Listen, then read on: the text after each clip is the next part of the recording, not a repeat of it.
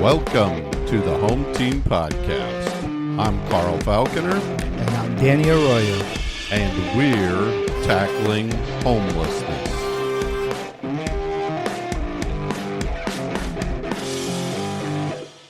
Today in our podcast, we'll discuss two of our passions, football and ending homelessness. Please join us through 4 quarters, with our topic this week being day or drop-in centers. We have a little bit of experience with that, right, Danny? A little bit, and we'll get into that in a minute. Yep. All right, let's go ahead and start as we always do with our coin toss. Danny, I'm going to go ahead and flip it. You call it. Tails. It is heads, so I will lead us off this time. Great, you. Fantastic. Well, welcome to our first quarter, and I'm going to kick off by defining our topic of the week, and then we'll cover some headlines from both homelessness and football, including the results of last week's hometown locks of the week. So, as we said, our topic this week is day or drop-in centers. Comprehensive day or drop-in center is a facility that provides a wide range of supportive services and basic needs to individuals experiencing homelessness or housing instability, typically during daytime hours in a low-barrier, safe, and welcoming environment.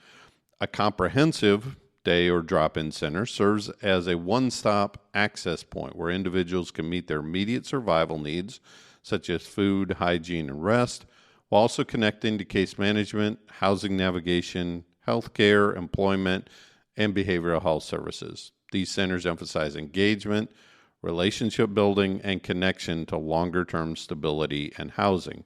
The purpose is to stabilize individuals who are in crisis, reduce the barriers to accessing services, and serve as a bridge from street homelessness to housing, employment, and wellness. And again, we got to have a little bit of experience in this, right, Danny? Yep. And I think this is a really good definition. I think it talks about comprehensiveness.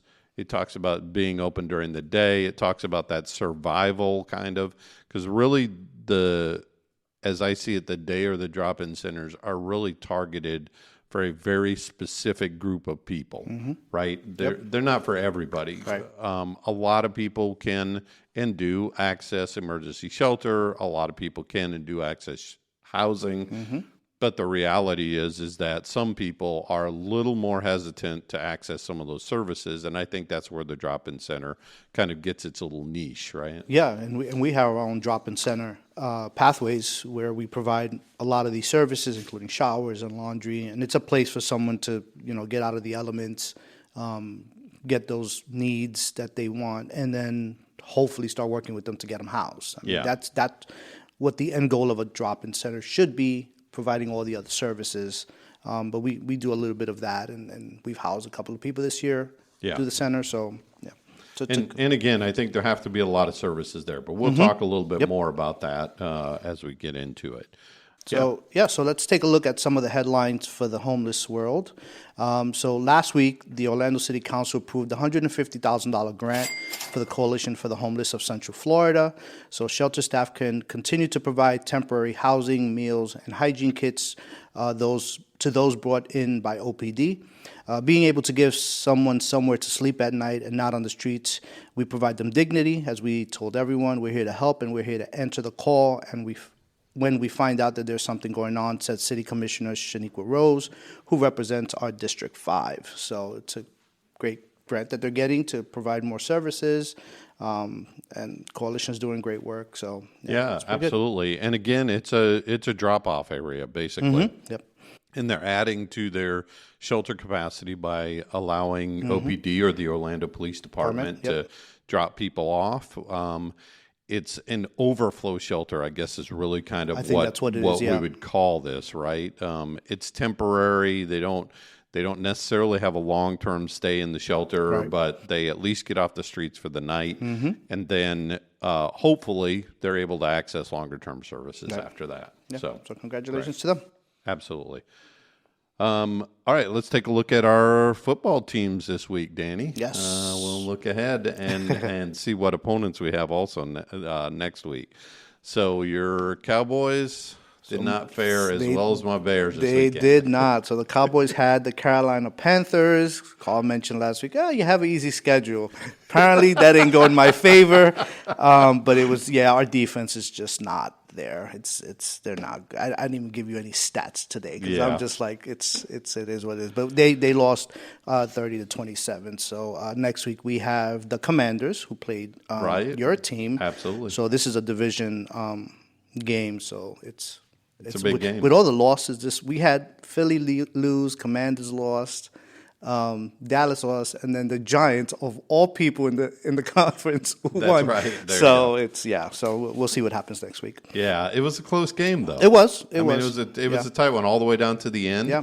Both of our teams ended with a field goal. Mine, of course, was a winning field goal. My Chicago Bears beat the Washington Commanders, as you mentioned, 25-24.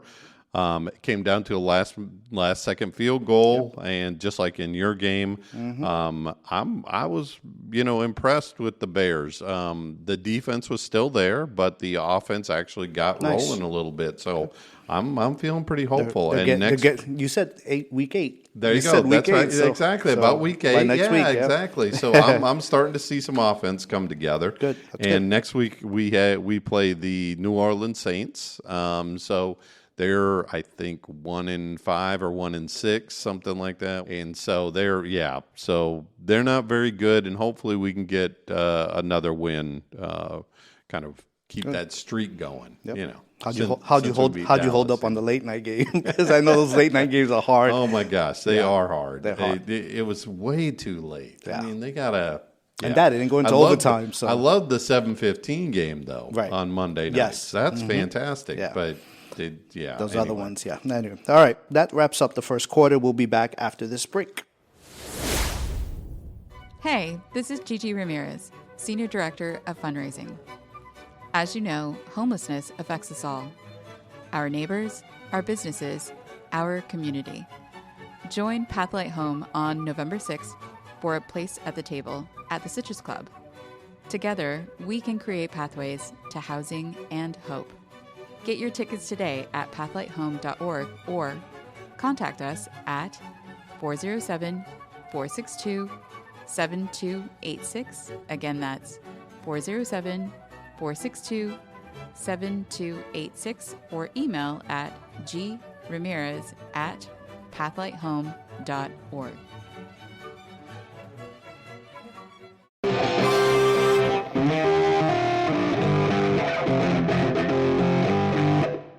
Welcome to the second quarter. We are getting a little deeper into a homelessness topic with something we call offense versus defense. We will each take turns discussing some opposing viewpoints of our topic this week. The question this week is, are day centers successful at ending homelessness? Please remember that we are trying to show both sides of the issue. These do not necessarily reflect our individual stances on these positions. So, Carl, this week you have offense and I will have defense. Absolutely. And just a reminder, are day centers successful at ending homelessness is the question that we're trying to answer.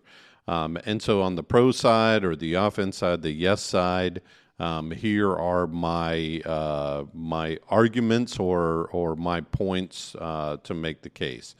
Number one, they provide immediate relief, which can lead to building rapport and eventually housing conversations. Number two, they offer critical services such as laundry, hygiene, medical, and behavioral health services. And number three, they are low barrier and might get people who otherwise would not engage in services started on their journey to housing. You can think of them in this case as kind of the front door to the homeless service system. So my defense, number one, is does not provide housing, cannot end homelessness alone. Number two, risk of clients becoming stuck without clear housing pathways. Three, limited funding, staff, and capacity lead to overcrowding or reduced quality. Number four, inconsistent service quality between centers and cities. Five, fragmented coordination with shelters, housing, and healthcare systems. Potential for dependency or parking lot effect.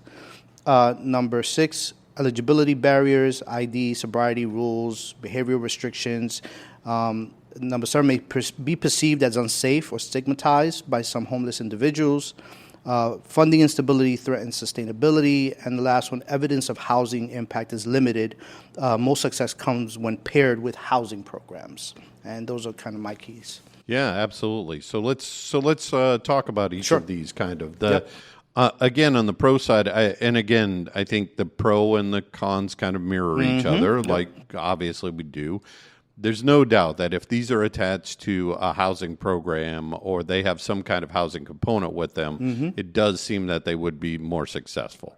But in a lot of cases, these day or drop-in centers are really isolated. I don't want to say isolated, but they're standalone. I mean, they don't get connected to housing programs directly. Now, we have an exception here at Pathlight Home because our primary service that we provide is housing.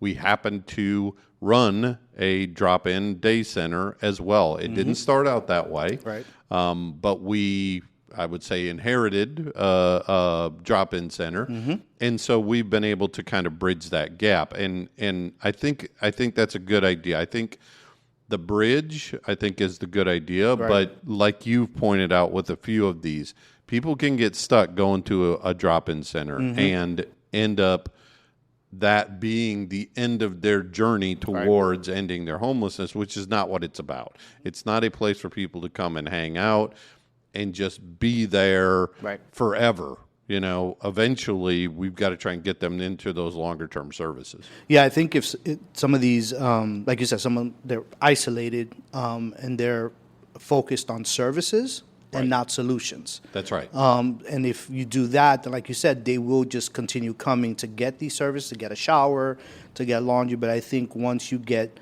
and again, one of my defense was lack of staff and funding. That's right. And if you don't have good case managers or peer support or even that access point to start a housing conversation, then people will get stuck. They will get stuck, and it does get overcrowded, and it does, but you have to start some type of conversation with them while they're getting those services of what the next steps are. But if you don't have the housing side of it, it makes it really, really difficult because day service centers see a lot of people in the hundreds. Yeah. So just to get housing, as we've spoken before about, is very difficult to get housing because there's hardly anything out there. With us, again, it's a little different. But all these other drop-ins, it makes it hard. But you have to at least start the conversation of housing to make it work. And I think you made a really good point on your defense when you talked about some of the eligibility barriers, because that's the last thing that a drop-in center or day center should be. Is there should not be an inordinate amount of barriers to getting into the drop-in center. That's supposed to be almost like an emergency room at a hospital. Everybody's supposed to be able to go in there. But again, if you use that emergency shelter, analogy, you can't stop at the emergency shelter. If you need longer term care, which in this case would be housing for our individuals, well, then you've got to go to the next level. You've got to get a different type of service than what you're going to get in the emergency room. The emergency room there is there to fix you up. It's to get you started on your route into the hospital or into long-term care, but it's not the be-all, end-all. You don't just go to the emergency room, most of the time anyway. Don't just go to the emergency room, and then that's the end of your care, particularly if you have longer-term issues. So, and again, if you're having issues with sobriety, if you're having issues with behavioral or mental, then provide those services there so when someone's coming, they can get all those services while they're there.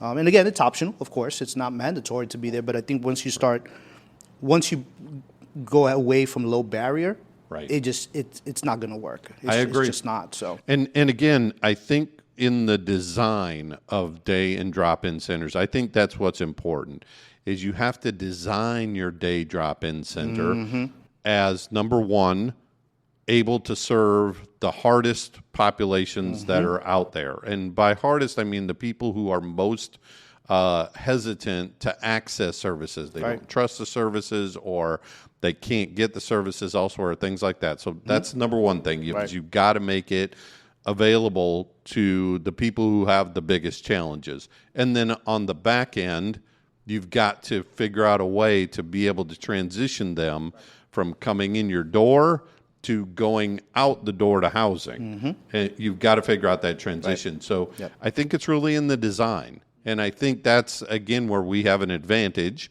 is that not only do we have outreach teams, which see the people who have the highest challenges, and they can bring them to the drop-in center as an added value Right. to the outreach Exactly. teams. Yep. But we also have that back door to get them into housing, to be able to actually take them through the drop-in center to a housing option at the end. I think that's the way that it works. That's the way that day centers can be most effective in the pieces to helping us end homelessness.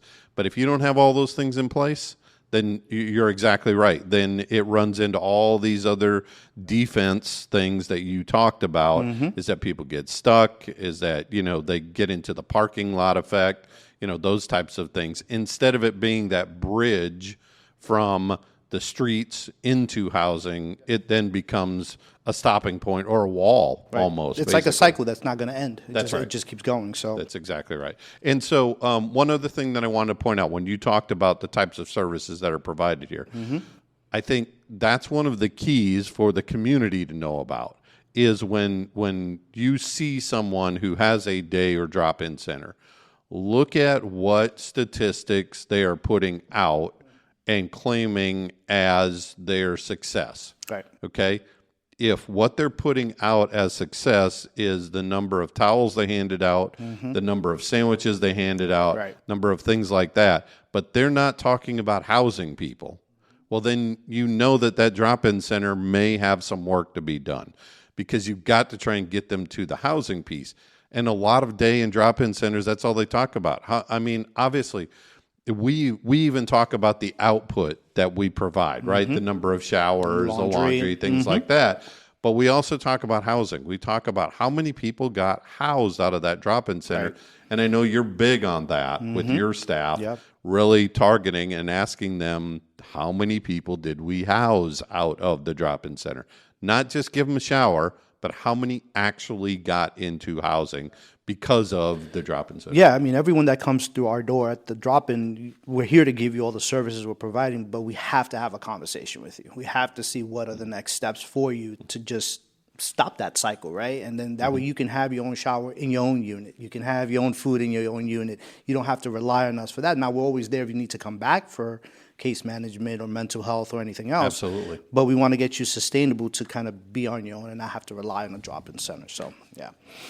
Great. All right. So Pathlight HOME's stance on day service centers is we believe that the day centers are key to helping people who are suspicious of services get reconnected to housing. So we've made it to the halfway point, and during halftime, we want to take a moment for fan interaction and highlight an inspired quote related to housing and homelessness. So our question this week, Danny, comes from Tina. Last week, the quote was, "Home is where the heart is." How does Pathlight Home, and I would say other housing programs, how do they make the residents of its properties feel like it's their home rather than just a program or rather than just housing for them? Yeah, well, here we try to make it a community. So, because we have a lot of units, 560 units through 3 properties. So we try to engage our residents in, just everything, activities. We have, where do I start? We have bingo night, we have movie night, we have card games, spades is a big one here. There's a lot of competition that, but we do Thanksgiving and Christmas dinners. We bring out volunteers and partners to come in and serve our residents. So we have a marketplace that they can come and shop, and of no cost, of course, but they're able to come and get stuff for their units to make their units feel like a home. So we provide as much to them as we possibly can so they can all interact together. And just, again, because they're living so close together, we want to make sure that they all pretty much know each other. And and we also have a resident council, which kind of discusses issues that we have on our properties, how we can make it better, whether security or events. So we try to engage them as much as possible, and the case managers do a great job with that here. Just engaging residents to, again, we want it to feel like a community. It's their home. So, yeah. Yeah, I think there's two ways to be able to do it. Ultimately, I think, like you explained, we can create our own sense of community here, and luckily, our properties are big enough where we can create a sense of community here. I mean, this is a neighborhood for them. It is. But with enough people here that they can interact, that they can do things like that. Like you said, they have outings, they do all the regular things. The second way to be able to do that is to bring the community in. And I know we do that as well with volunteers.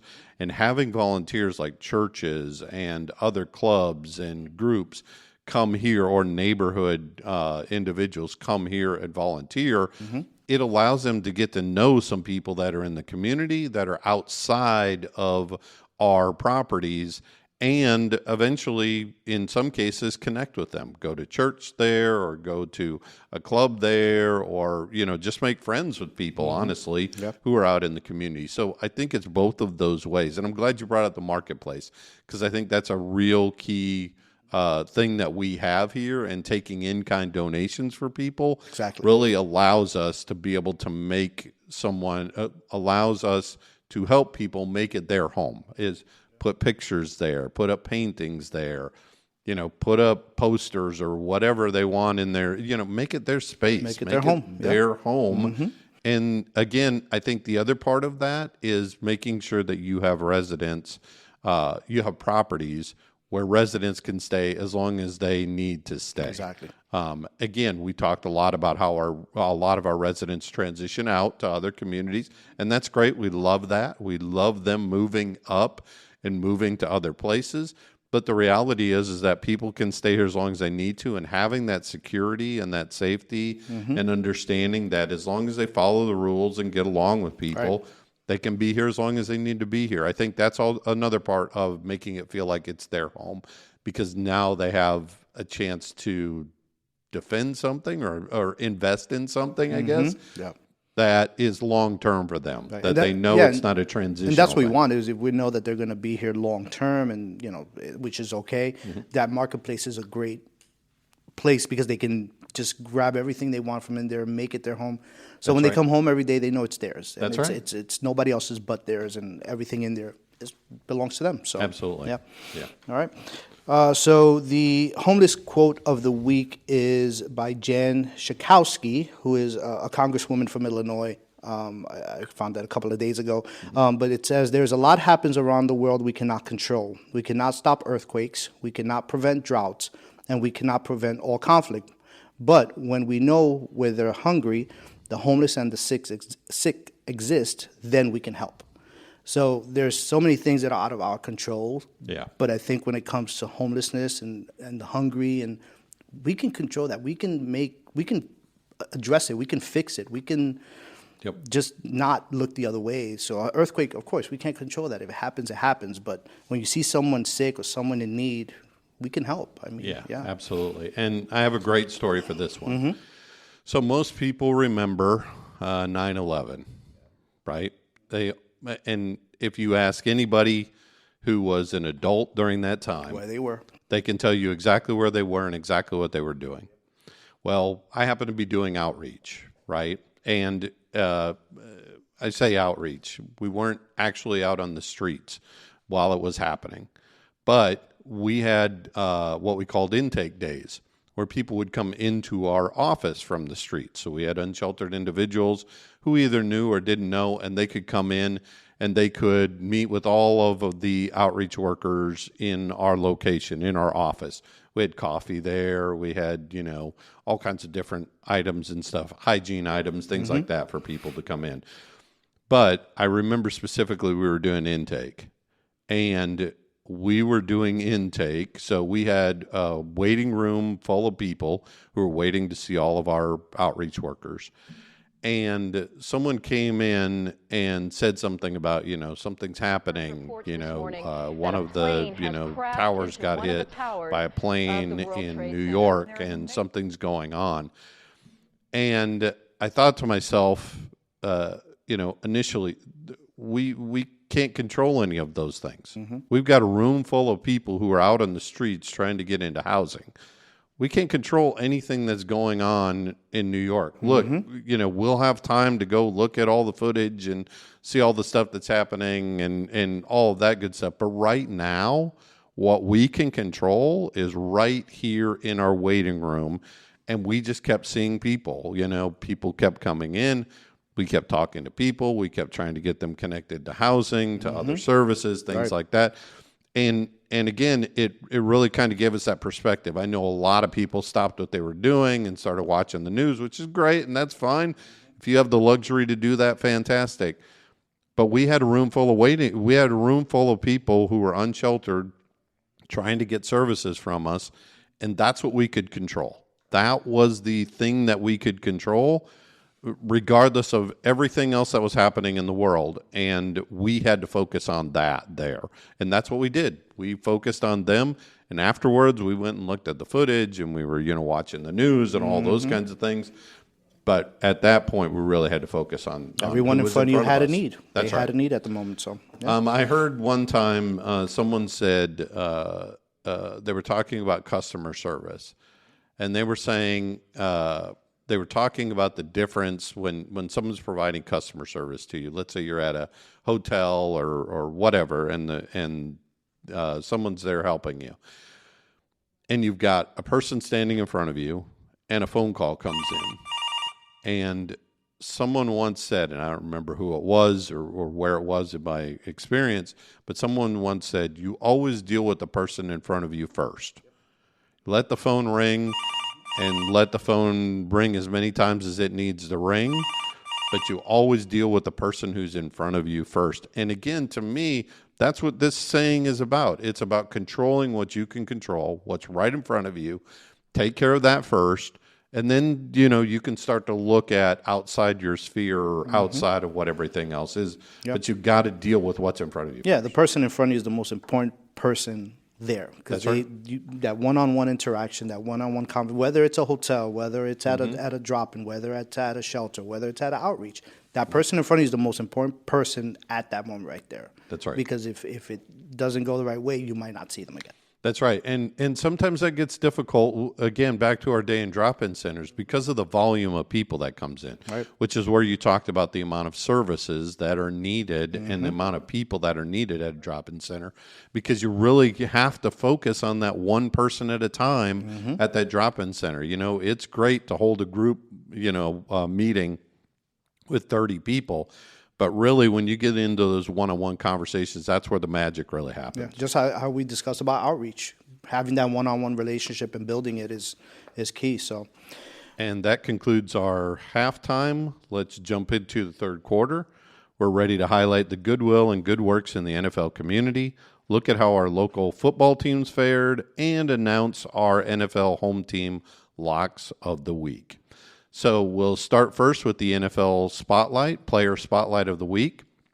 This week, it goes to former NFL defensive end and Barberton, Ohio native, John Kaminsky. He spent the last 6 years playing professional football. Now he's returned home to give back to his community. Kaminsky, who was a fourth-round draft pick in 2019, spent time with the Atlanta Falcons and even the Detroit Lions during his playing career. But even as he played away from home, he always made his way back to give back. Through the Kaminsky Family Foundation, the retired defensive end has been able to support members of his community like local dad Artez Evans and his son. I met John at his youth camp, said Evans, because my son Artez Jr. attended it. Meeting John and realizing he's a nice guy for real, it was real special. That's like the first guy in the NFL I got a picture with, Evans Jr. said. The former defensive lineman may have hung up his cleats, but he has slipped into a pair of running shoes as he dives deeper into the community and his foundation. I'm running in the Akron Half Marathon, 13.1 miles. It's a lot.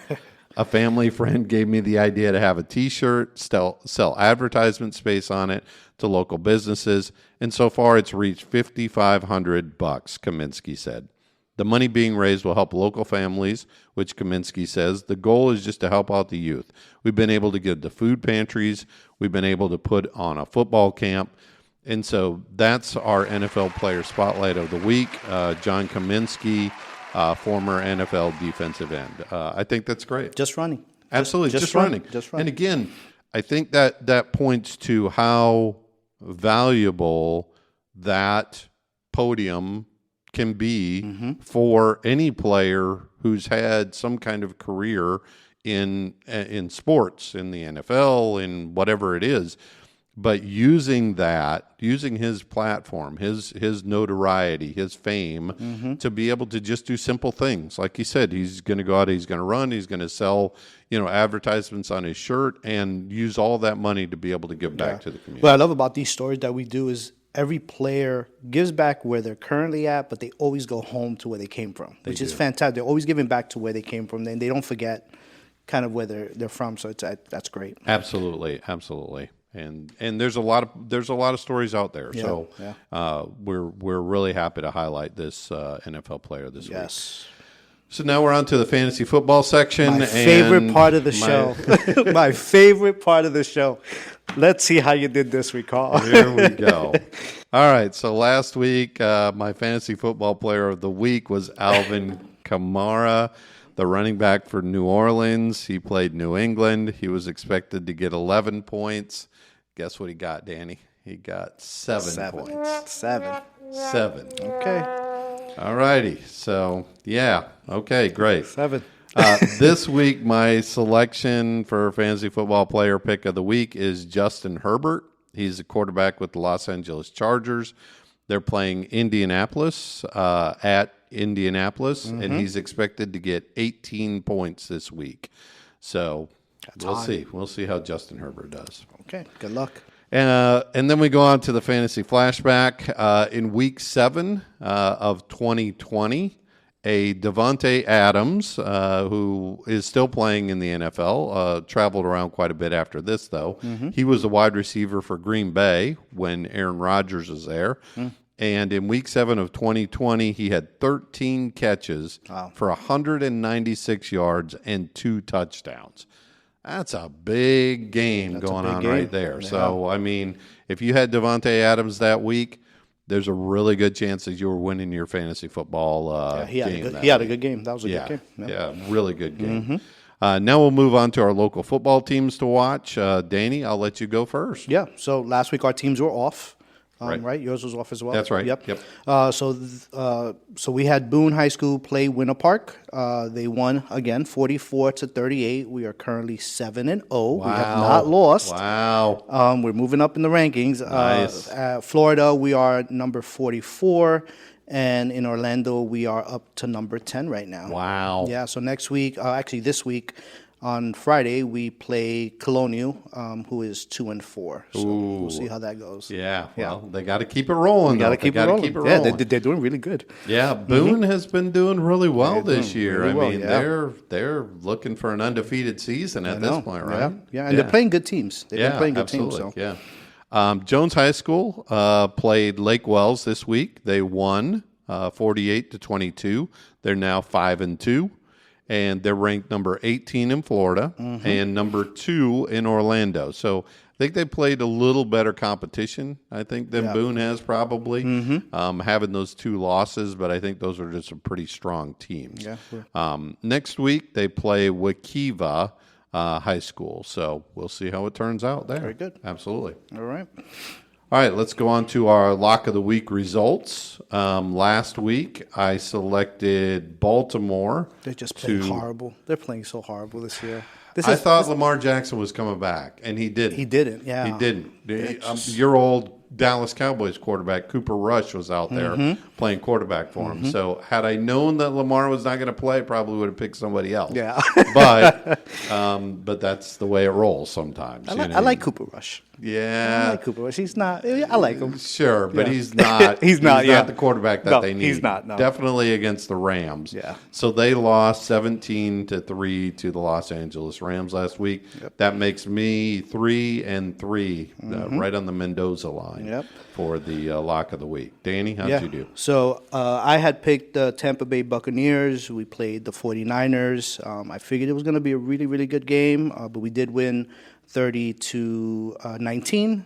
So I am 4-2 for the year. Wow. So Look at you, Danny. We were Look at even you. last week. Starting to get a little separation there. Just a little bit. So. Just a little. So who do you have next week? This week I have yeah. Indianapolis. They're playing the LA Chargers at Indianapolis. So I'm hoping that Indy will pull me back into the winning column. And you're a fantasy football player as well. Yeah, I'm a fantasy football player. Yeah. Exactly. Yeah. Yes. So I have the Texans at Seahawks at Seattle. So I picked Seattle for this week and see how that goes. All right. So great. We'll see. Fantastic. Yep. We'll see. Yep. Stay tuned for our wrap up after this message. Hello, I'm Gigi Ramirez, the Senior Director of Fundraising and Engagement here at Pathlight Home. For over 30 years, we've helped more than 8,000 people transition from homelessness to hope. But when someone moves from the streets to their own home, they often have nothing. That's why we provide immediate essentials, everything from bedding and food to soap and cookware, to help them truly feel at home. Beyond housing, Pathlight offers career training and supportive services, like our 12-week culinary program, helping residents gain skills, find jobs, and rebuild independence.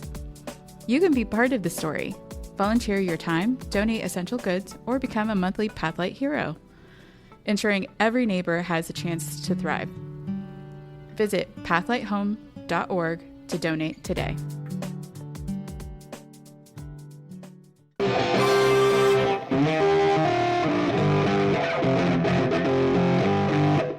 Welcome to the fourth quarter, where we will wind down this episode by reflecting on a homelessness MVP and fumble of the week before wrapping up with our key takeaway.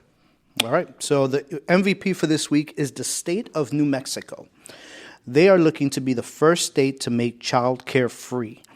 The program, which will start in November and expected to save families $12,000 per child annually, and is available to all residents regardless of income.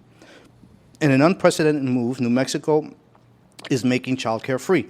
Beginning in November, it will be the first state in the nation to provide child care to all residents regardless of income, Governor Michelle Lujan Grisham announced this week.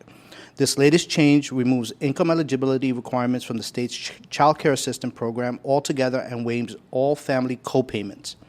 The initiative is expected to save families $12,000 per child annually. Child care is essential to family stability, workforce participation, and New Mexico's future prosperity, Lujan Grisham said in her announcement. By investing in universal child care, we are giving families financial relief, supporting our community, and ensuring that every child has the opportunity to grow and thrive. The news also comes with improvements for child care facilities and potentially raises for their staff. As part of the rollout, the state will establish a $13 million loan fund to construct and expand facilities, launch a recruitment campaign for home-based providers, and incentivize programs to pay staff a minimum of $18 an hour. The state hopes the initiative will lead to the creation of 55 new child care centers and 1,120 home-based child care options. Thora Walsh Padilla, the president of the Mescalero Apache tribe, praised the initiative, saying it is so timely and it answers so many needs, she said. That's fantastic. Free childcare, like, whoa. Can you imagine that? Yeah. And I know that's one of the biggest barriers that people have to staying housed is childcare. Childcare gets so expensive. I mean, and if you have to choose between good childcare and paying for good childcare or medications or food or any of those other things that people struggle with, any of the other high ticket items. Yeah. I mean, it's really, really challenging. Yeah. And so for them to be able to offer free child care to everyone. That is great. I'm interested to see how their evictions are affected by this. Hopefully, it lowers the amount of evictions that people have and maybe even lowers the amount of homelessness that happens. One of the biggest reasons why particularly single mothers or single parents can't get employed and can't get rehoused is because of childcare, lack of childcare. And being able to find it, making it available, first of all, and second of all, affordable, and then third of all, quality childcare. I mean, all three of those things lining up for you are really, really substantial for you being able to get. The younger the child, the more expensive it is. Yep. And again, people who are making very low income, most of that money goes to childcare. That's right. You know, and you still got to pay your rent. You still got to pay all these other things. So the fact that they're doing this is fantastic. Yeah, absolutely. That's a lot. $12,000 per child annually. That's a lot. So that's a lot. Yep. Now we'll go to the fumble of the week. The fumble of the week is the city of Ocoee, which is here near Orlando. It's a smaller city on kind of a suburb of Orlando, if you want to think of it that way. Mm-hmm. They have stepped up their arrests of homeless people for sleeping outside. This story was originally published by the West Orange Vox Populi. And the story goes, 5 unhoused people, mainly white men in their mid-50s, recently were picked up by Ocoee police for violating both the city's ordinance and the state law against camping on public property or on private property without permission. Ocoee police appear to be stepping up the arrests of people who are homeless. In the first 8 months of 2025, after the punitive measures of the statewide camping ban went into effect, that was January 1st, allowing any resident, business owner, or state attorney general to file a lawsuit against a municipality for not enforcing the ban. During that time frame, the first 8 months, no arrests were made in Ocoee, according to a review of the public records. But then, in a 3-week span between August 28th and September 15th, there were 5 arrests. So no arrests for 8 months, and then in 3 weeks, 5 arrests. Asked what was driving the recent spate of arrests, the Ocoee police mailed Vox Populi, who did this article, the following statement. The Ocoee Police Department responds to calls for service based on complaints from the public and officer observations. Officers are trained to use discretion and prioritize outreach where possible. Arrests are generally a last resort and typically occur after attempts to offer services, issue warnings, or when there are repeated violations or accompanying criminal behavior. Ocoee police told Vox Populi in an earlier email that in each recent case, the individuals were previously warned multiple times and informed of available shelter options and support services, including resources from our victim advocate. The story goes on to talk about how, though, actually, that when they talked with some of the individuals that were involved, they actually did not get warned that they were going to be arrested. And in fact, one person who got arrested was released the very next day with a fine that they have to then pay within a year. And so, again, this fumble of the week just speaks to the larger problem, right? Yep.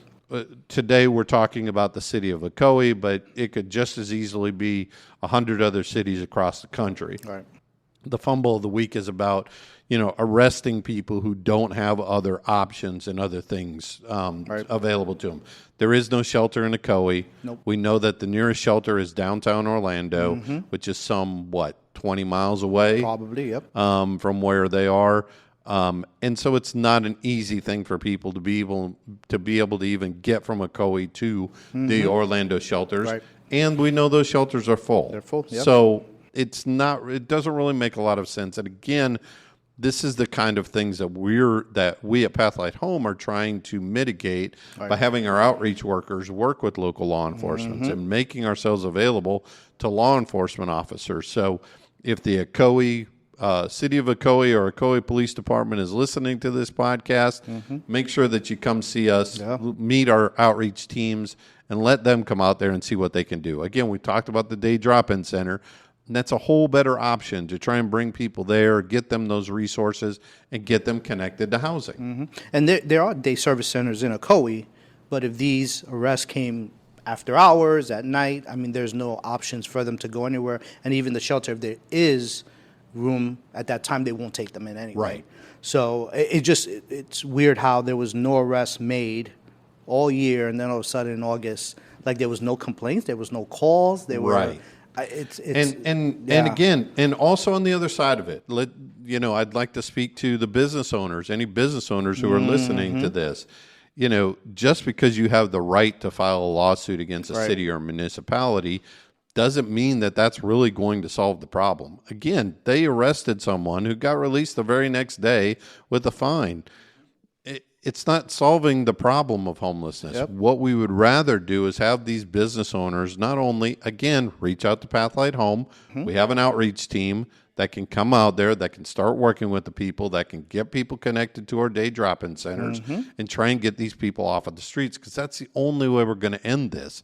Otherwise, it's just a cycle. It's a cycle, yep. If you call about somebody today, guess what? Tomorrow, you're going to make it some other business owner's problem. And all you're doing is pushing the problem around this way. And so what we need to do is we really need to focus on what the solutions are.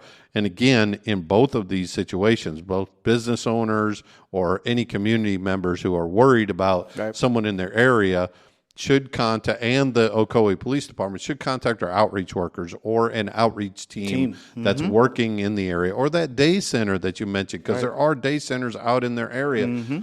Take them there. See if they can get them connected to services. See if they can get them connected to something else. Yeah, and if they can't, then hopefully they have some partners, including us, that they can call and we can go out and have conversations with them. And the thing we didn't even talk about in this is the whole economics of this, is that it just costs way more money and wastes way more time.